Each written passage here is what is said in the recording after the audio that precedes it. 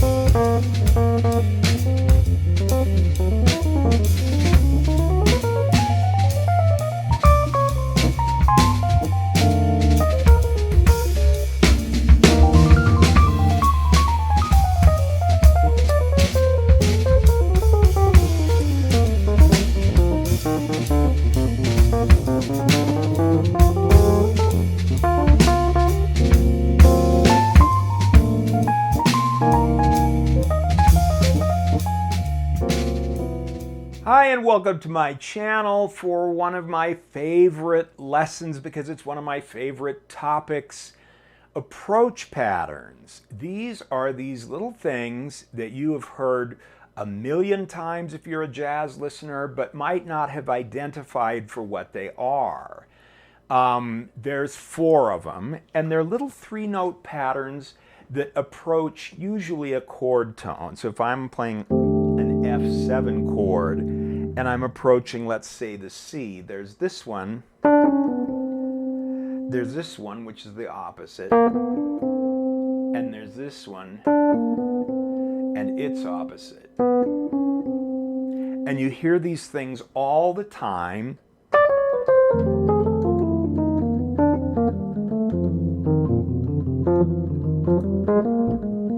Like, that's a typical line that's made up of nothing but approach patterns. I think I probably played all 4 in there. It's an incredibly useful part of the jazz vocabulary. You know, they're a perfect match for the bebop scales because these things, usually you want to approach a chord tone. On my F7,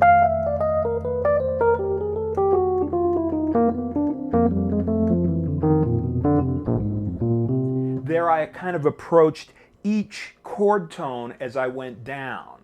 They're a great way to like turn your line around. They add a little element of chromaticism into your line.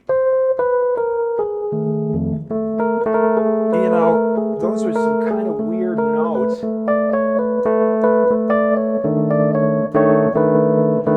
But then they snap into place on a chord tone. And right then, you've created this great little moment of tension that releases on a chord tone. And if you're hip to the rest of my lessons, you know that we talk about the 8-note bebop scales. And the minute you drop yourself off on a chord tone, you're set to run a little bit of bebop scale. Let's play some of this, and I'm just going to kind of show you what's going on. Before we do that, smash that like button. Isn't that what the kids say? Because there's a lot more of these lessons coming out.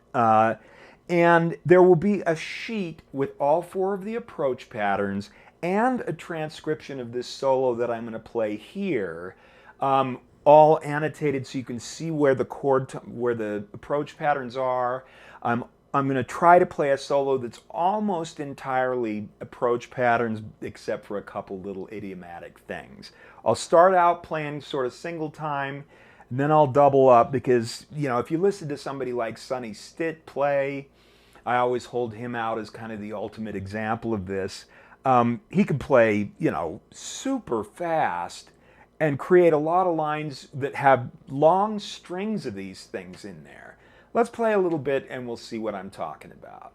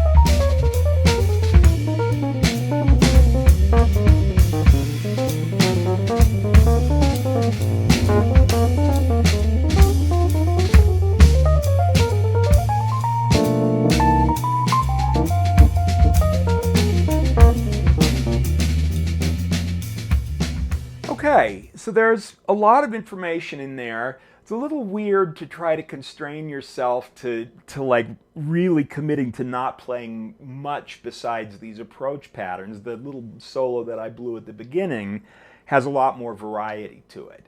But you get a sense for how much of the jazz vocabulary is these little things. And as you start to integrate them into your lines,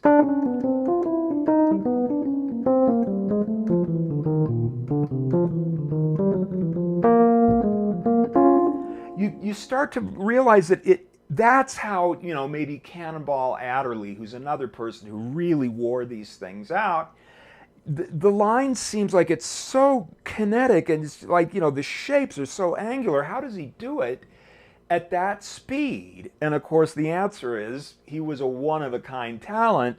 But this stuff is in the mix. In our tonal world,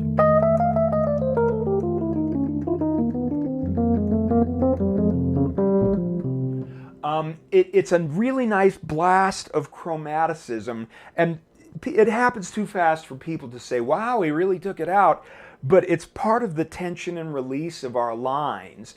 For one thing, it tends to put a note that's not in the scale on the beat, and that accentuates the fact that we're outside for a second and then we snap it back in. So I encourage you to work on these things. The sheet with the 4 of them and the transcription of the solo that I blew will be on my Patreon page. If you just go to Patreon and type in George Whitty, there will be a link at the end of this thing and also in the description. And I'll make it a free download on the Patreon page. But honestly, sometimes I wonder if between the pentatonic scales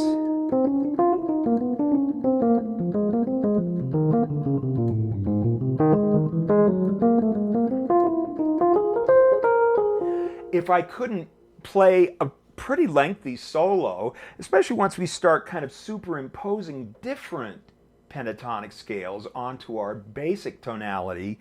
And just with those two tools, I could have a pretty complete way to play inside and play outside. I discuss these things in much greater detail on my Artist Works Jazz Piano series. There's a link for that down below. I encourage you to check that out. There's a lot of PDFs of this stuff. There's play-alongs to, the one that I'm using here is an Artist Works play-along. So I encourage you to check all that stuff out.